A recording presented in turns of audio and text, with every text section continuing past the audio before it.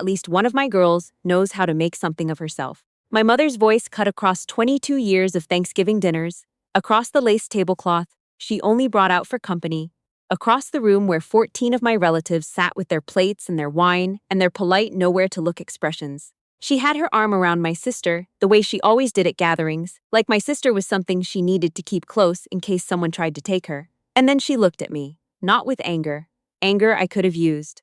It was the other thing, the patient, almost clinical disappointment of a woman who had long since stopped expecting anything and had moved on to simply managing the situation. 38 years old and still chasing a paycheck in some government basement, she said, voice dropping into that particular register she saved for public corrections. Like she was doing me a favor by saying it in front of everyone instead of behind my back. Let me guess.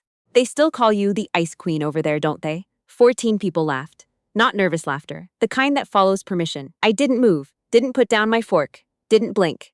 I looked at my mother across the table and I said one word very quietly, the way you say something when you don't need anyone else to understand it yet.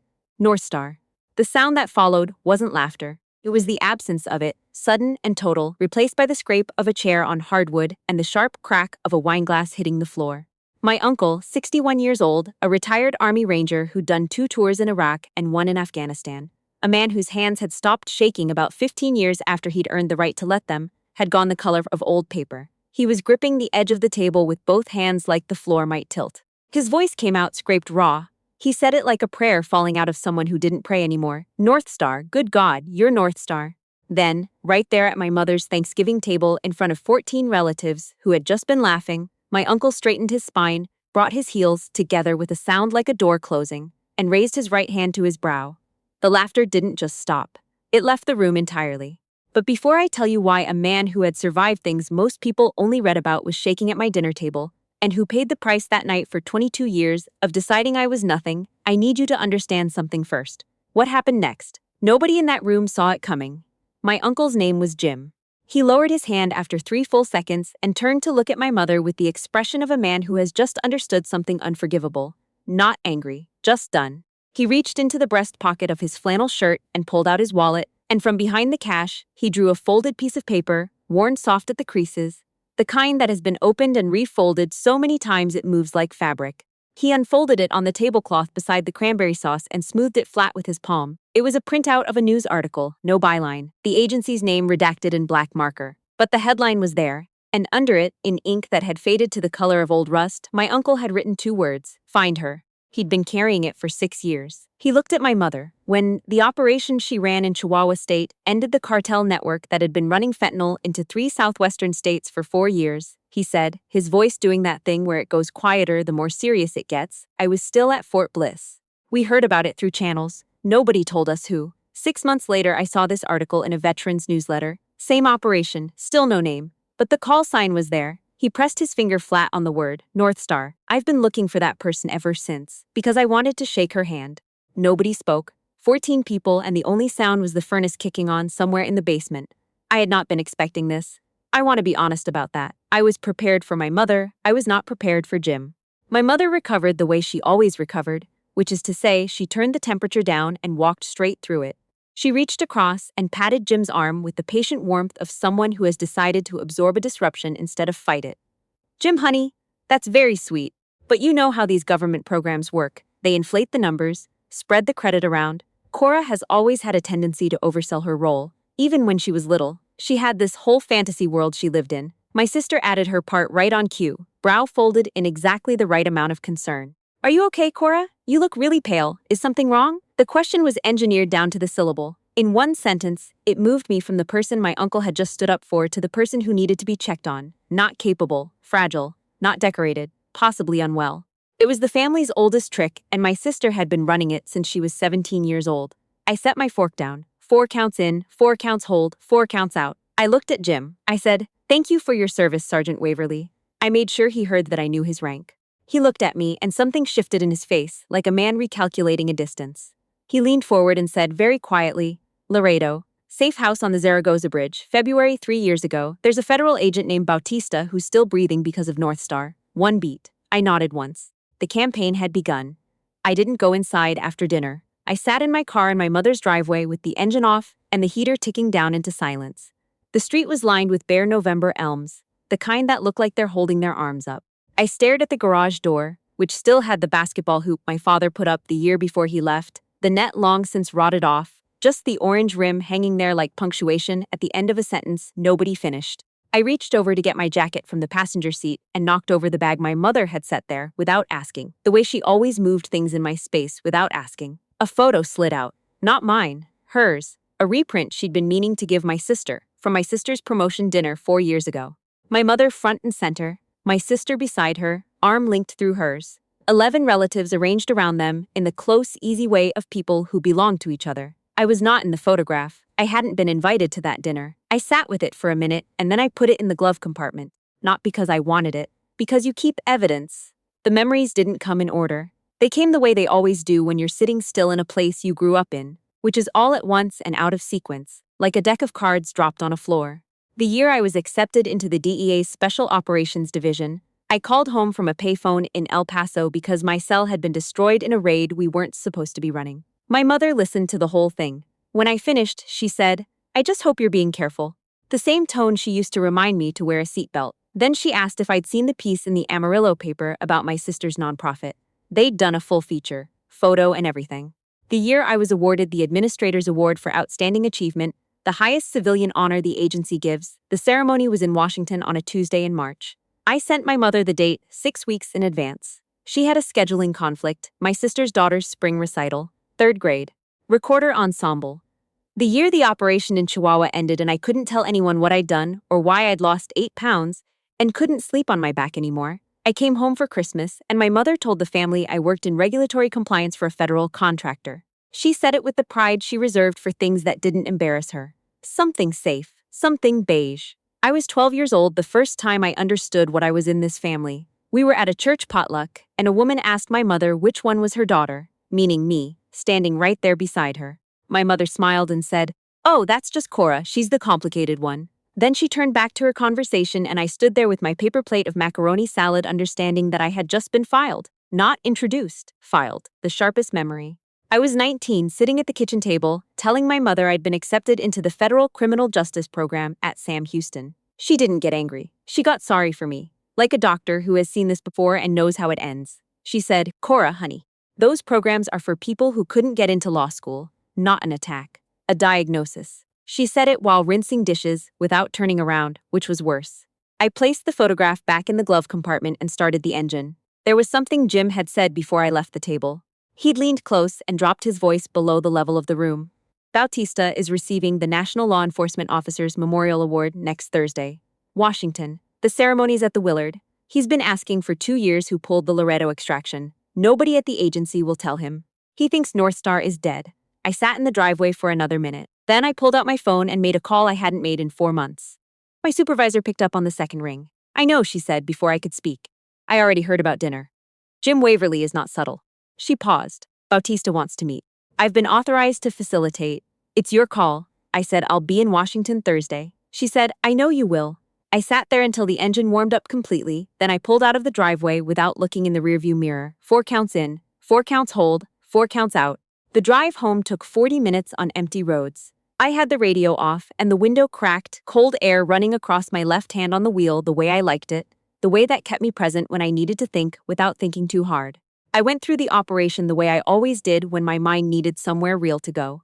Winter 2.5 years ago, Laredo, Texas.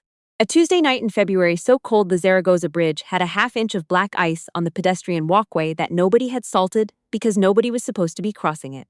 I wasn't supposed to be there either. I was supposed to be in a Marriott in San Antonio, waiting for a briefing that had been postponed twice and was going to be postponed a 3rd time before it was canceled entirely.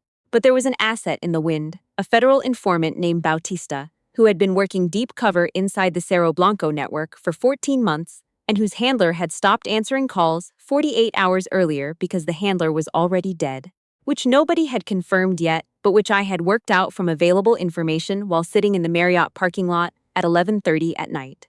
I wasn't authorized for extraction. I want to be clear about that. I made the call I made because the alternative was leaving a federal agent who had spent 14 months risking his life inside a cartel network to be found by the people looking for him. And that was not a calculation I was willing to complete. I drove to Laredo. I crossed the bridge on foot in the dark. I found him in the second location I checked because I knew the network's safe house rotation, and the handler had taught me that before he died. Bautista was in bad shape. Not medical emergency bad, but the kind of bad that comes from 3 days without sleep, and the specific fear of a man who has just realized that the system meant to protect him has developed a hole. He was sitting against a concrete wall with his knees up and his hands between them, very still, the way people get when movement starts to feel like a liability.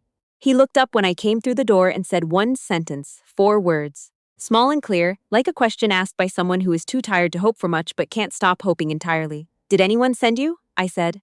"I sent myself." He closed his eyes for exactly 2 seconds, then he stood up.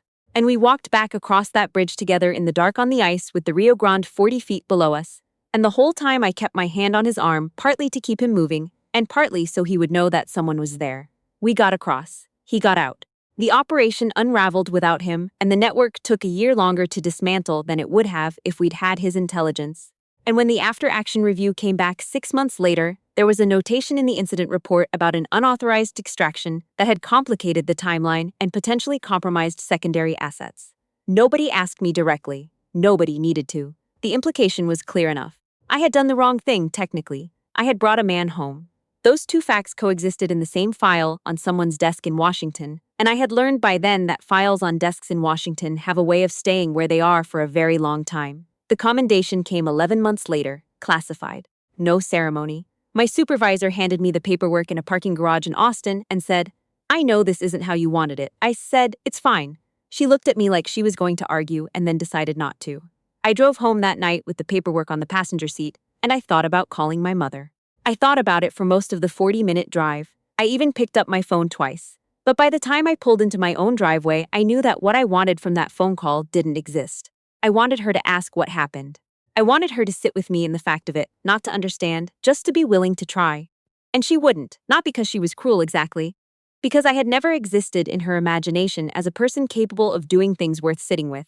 I put the paperwork in the lockbox under my bed. That was where it lived for the next 2 years. Next to my backup weapon and my grandmother's ring and the things I needed to keep safe and close and out of the way. I flew to Washington on a Thursday morning on the first direct flight out of Austin, wheels up at 6:15, the city still dark below me, the kind of dark that makes the grid of lights look like something someone mapped out with intention. I wore the suit I wore to federal hearings. Charcoal gray, well cut, the one my supervisor once said made me look like I was either about to testify or arrest someone. And I had said, "Those aren't mutually exclusive." Lapel pin from the Administrator's Award. Small, easy to miss if you didn't know what you were looking at. Impossible to miss if you did.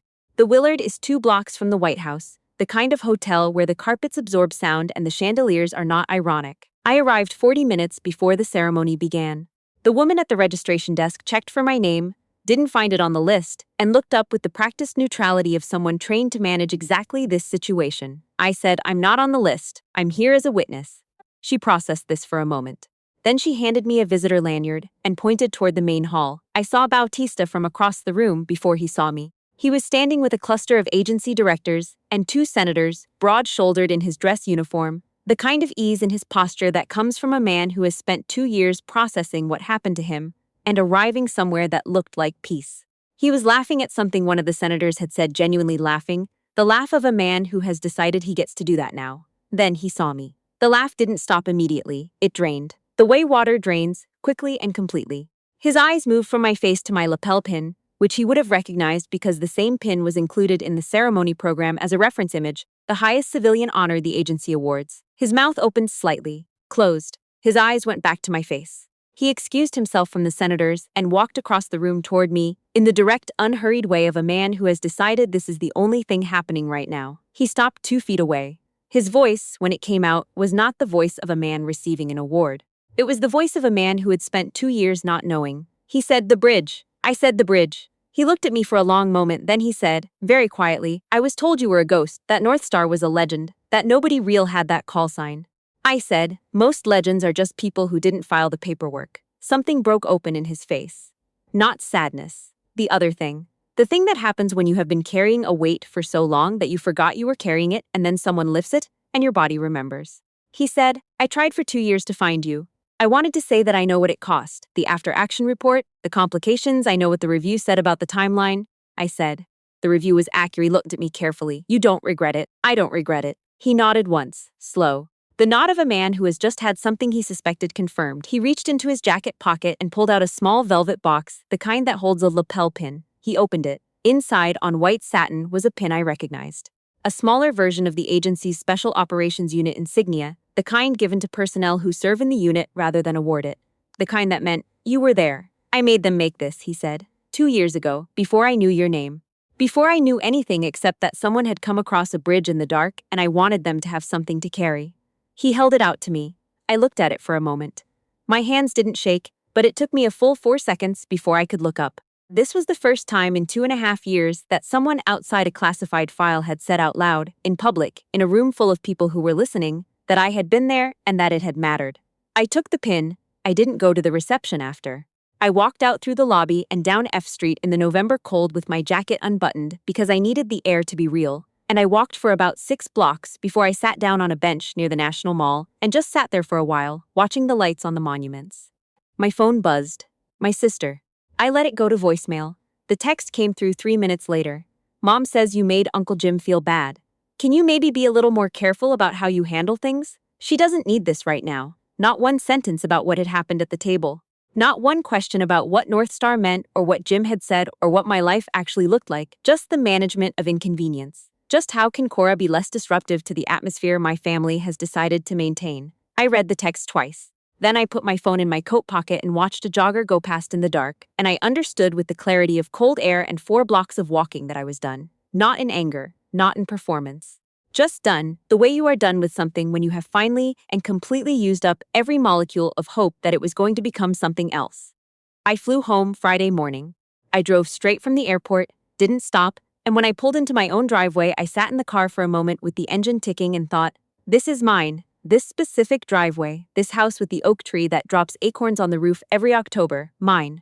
6 days after the ceremony, there were 3 knocks at my front door, soft, the kind of knock that isn't sure of its welcome. I checked the window before I opened it, the habit that doesn't go away. My mother stood on the step. She had driven 4 hours from Amarillo. She was wearing the cardigan she wore to church on regular Sundays, not special ones. Her hair was pulled back simply. She was holding a casserole dish wrapped in aluminum foil, the green child chicken casserole she made for my sister's birthday, every single year. Every year for as long as I could remember. She had never once made it for me.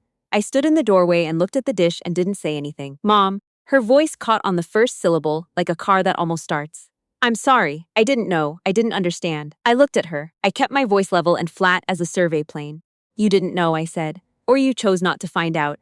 You had my number for 15 years. Every deployment, every relocation, I made sure you had the current number. You could have called any of those nights and asked me what my life actually looked like. You didn't." She opened her mouth. I kept going. "You'd rather read what a redacted news article implied than call your own daughter and ask. You'd rather assume I was exaggerating than consider that I might have done something you couldn't categorize." She was crying. Not the crying of someone who has understood something, the crying of someone overwhelmed by the size of their own shame.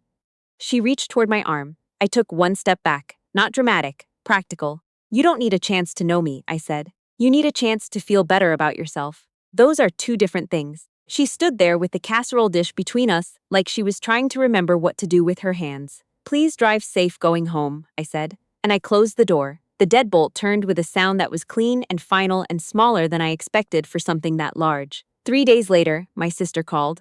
I didn't answer. The voicemail said, "You made her cry the whole drive home. I just hope you're proud of yourself." Then she hung up, and the silence after was loud with everything she had decided not to ask. I called Jim that evening, not to talk about the family. He'd told me before I left Thanksgiving that he ran a Thursday night gathering in Lubbock. Veterans, retired agents, some civilians who just needed somewhere to be. Coffee and paper cups at the Lutheran Church on 19th, folding chairs.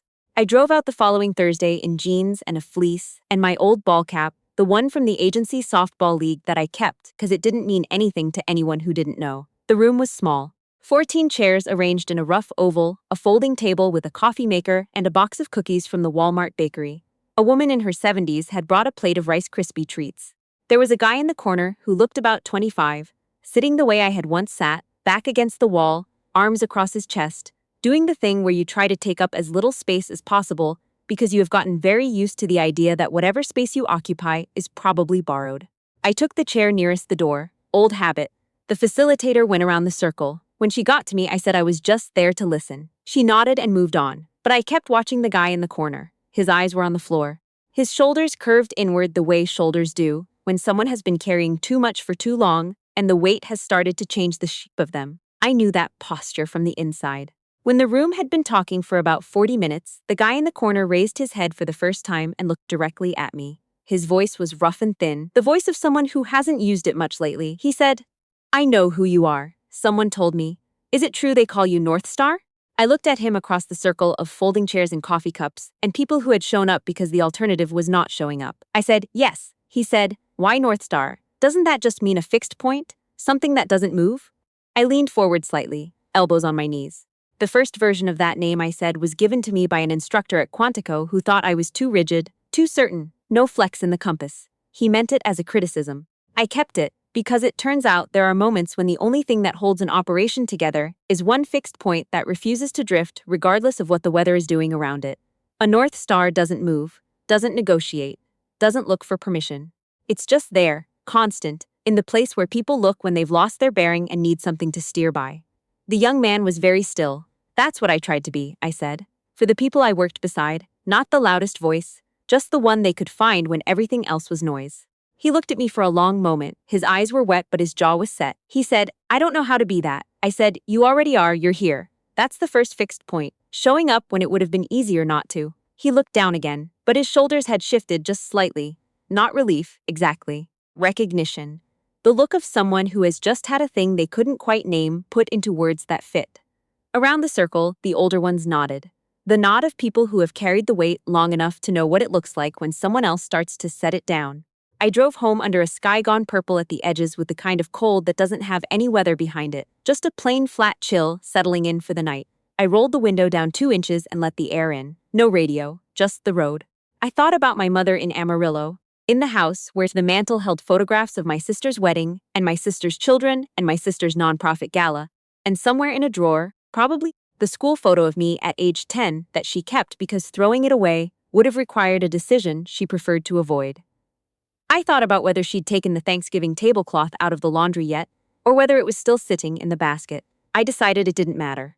I thought about my sister composing a text message, somewhere, still workshopping the sentence that would make all of this my fault in a way she could send to the family group chat without looking like she was trying to. I thought about Jim at his kitchen table in Lubbock with his coffee and his stack of folded articles, the man who had carried a piece of paper in his wallet for 6 years on the off chance that he might one day get to hand it to the right person. Founder, he'd written 2 words in ink from 2018. I thought about the guy in the corner of the Lutheran church, the way his shoulders had moved, the small involuntary degree of that shift, the way a compass needle settles when it finds north. That was it, I thought. That's the whole thing. Not the operation in Chihuahua, not the bridge in the dark, not the certificate in the lockbox under my bed. The whole thing was that kid adjusting the angle of his shoulders in a folding chair in Lubbock, Texas, because someone said a thing that helped him hold on one more week. Every mission I had run, every decision I had made that the review boards filed as a complication, every night I had sat in my car outside my own house waiting to feel like it was okay to go in, all of it had been the work of constructing the person who could sit in that circle and say the thing that helped him. My mother thought she was telling the world I was the complicated one. She had no idea she was describing the credential. The house appeared at the end of the street, the oak tree visible even in the dark, the porch light I'd left on throwing a warm circle onto the front steps.